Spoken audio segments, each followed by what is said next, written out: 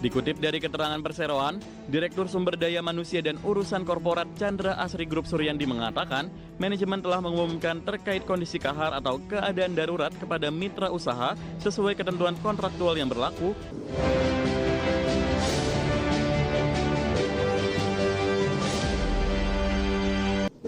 Keinformasi emiten pemirsa di mana PT Chandra Asri Pacific Tbk atau TPIA menyampaikan pemberitahuan force majeure atau keadaan darurat kepada mitra usaha menyusul konflik militer di kawasan Selat Hormuz di Timur Tengah.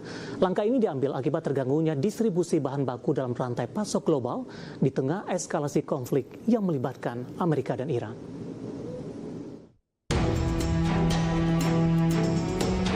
Dikutip dari keterangan perseroan, Direktur Sumber Daya Manusia dan Urusan Korporat Chandra Asri Group Suryandi mengatakan, manajemen telah mengumumkan terkait kondisi kahar atau keadaan darurat kepada mitra usaha sesuai ketentuan kontraktual yang berlaku sehubungan dengan konflik militer di kawasan Selat Hormuz Timur Tengah yang berdampak pada kelancaran distribusi bahan baku dalam rantai pasok. Pemberian force majeure ini merupakan langkah administratif yang dilakukan secara terukur. Keputusan itu diambil setelah perusahaan melakukan kajian menyeluruh atas potensi implikasi terhadap pemenuhan kewajiban kepada pelanggan sekaligus bentuk transparansi perusahaan. Konflik di kawasan tersebut dilaporkan telah mengganggu arus kapal tanker dan sejumlah pengiriman bahan baku petrokimia termasuk nafta terdampak akibat meningkatnya risiko keamanan. Sebagai produsen petrokimia terintegrasi terbesar di Indonesia, Chandra Asri mengandalkan pasokan feedstock impor untuk mendukung operasional. Gangguan distribusi global berpotensi memengaruhi stabilitas produksi dalam negeri. Perseroan menekankan secara aktif memantau perkembangan situasi konflik antara Amerika Serikat dan Iran yang terus berkembang dan mengambil langkah antisipatif untuk memastikan ketahanan operasional di seluruh unit bisnis. Sebagai bagian dari mitigasi, perusahaan akan menyesuaikan tingkat operasional atau run rates di sejumlah pabrik. Penyesuaian ini dilakukan untuk menjaga keseimbangan antara pasokan bahan baku dan kebutuhan produksi. Selain itu, koordinasi dengan pelanggan terus dilakukan guna meminimalkan dampak terhadap pengiriman produk. Dari berbagai sumber untuk IDX Channel. Dan di tengah sentimen yang berkembang pemirsa secara teknikal di sepanjang perdagangan hari ini saham TPIA mengalami koreksi cukup dalam, bahkan secara intraday pelemahannya di atas 11% pemirsa.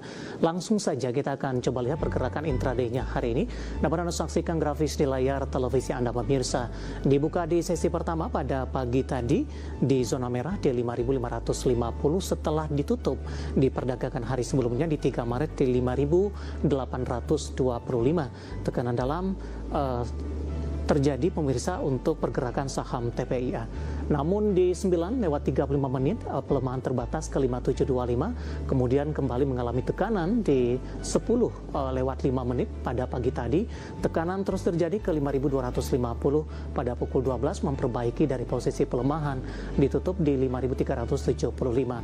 Namun pembukaan sesi kedua kembali mengalami tekanan ke 5350, sementara beberapa menit jelang penutupan perdagangan di sesi kedua hari ini saham TPIA melemah di 5275, melemah di 9,44%, intraday terendah hari ini di 5.175. Kita beralih ke grafis selanjutnya, pergerakan saham TPIA dalam beberapa bulan terakhir. Di perdagangan 10 Oktober, TPIA masih bergerak di level atas di 8.100-an, November tertekan ke 7.150, Desember mencoba bangkit ke 7.800-an, namun di Januari, Februari, Maret, tekanan dalam kembali terjadi untuk TPIA.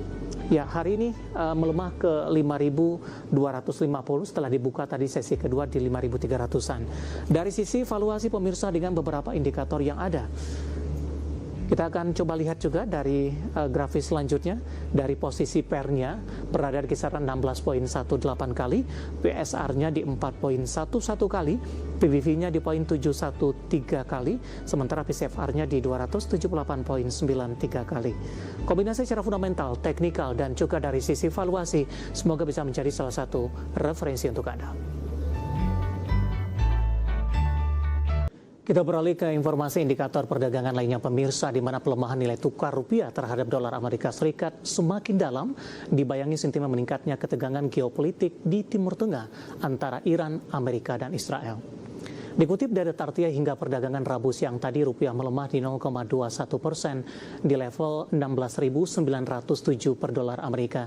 Sebelumnya rupiah dibuka melemah di 0,36% di 16.910 per dolar Amerika. Pasca pembukaan, tekanan rupiah masih berlanjut hingga ke 16.942 per dolar Amerika, semakin dekat dengan level psikologis di 17.000 rupiah per dolar Amerika. Sementara indeks dolar Amerika di Rabu pagi tadi di zona hijau dengan kenaikan di 0,15% di 99,200. Pergerakan rupiah masih banyak dibayangi sentimen eksternal di tengah meningkatnya ketegangan geopolitik di Timur Tengah antara Iran, Amerika, dan Israel. Situasi ini membuat ketidakpastian di pasar global meningkat tajam dan mendorong pelaku pasar cenderung menghindari aset berisiko. Di tengah kondisi tersebut, dolar Amerika kembali menguat karena masih dipandang sebagai aset safe haven. Kita akan coba update seperti apa pergerakan nilai tukar rupiah terhadap sejumlah mata uang utama berikut ini. Dapat Anda saksikan grafis di layar televisi Anda, pemirsa. Jelang penutupan, posisi nilai tukar rupiah terhadap dolar Amerika Serikat masih di 16.910.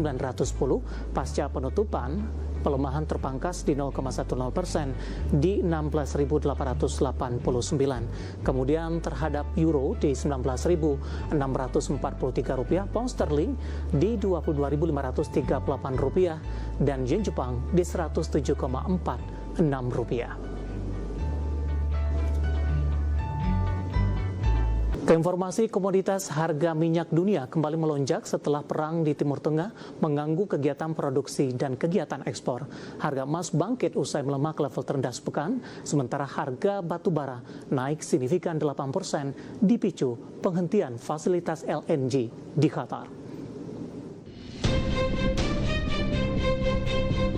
Harga minyak dunia kembali melonjak lebih dari $1 Amerika di Rabu pagi waktu Asia setelah perang antara Amerika dan Israel melawan Iran mengganggu produksi dan menghentikan ekspor energi dari kawasan Timur Tengah. Melansir Reuters, harga minyak mentah acuan Brent naik 1,4% di $82,53 Amerika per barel setelah ditutup di level tertinggi sejak Januari 2025. Minyak WTI menguat 1,1% di $75,37 Amerika per barel dan berada di level tertinggi sejak Juni. Melansir Reuters, harga emas spot naik 1% di $5.138,46 Amerika per troy ounce. Kenaikan ini terjadi seiring meningkatnya ketegangan geopolitik akibat serangan udara Amerika dan Israel terhadap Iran mendorong permintaan aset safe haven. Di sesi sebelumnya, harga emas berada di level terendah dalam lebih dari sepekan, tertekan penguatan dolar Amerika dan memudarnya ekspektasi pemangkasan suku bunga di tengah kekhawatiran inflasi akibat konflik Timur Tengah yang berpotensi berkepanjangan. Harga batu bara melonjak di atas 8% ke $128 Amerika per ton dan mencapai level tertinggi sejak Desember 2024. Dikutip dari TradingView, kenaikan signifikan dipicu penghentian langkah fasilitas LNG Qatar serta meningkatnya ketegangan di Timur Tengah yang mendorong peralihan bahan bakar di sektor kelistrikan. Lonjakan ini terjadi menyusul serangan drone Iran terhadap pusat ekspor LNG utama Qatar. Dari berbagai sumber untuk IDX Channel.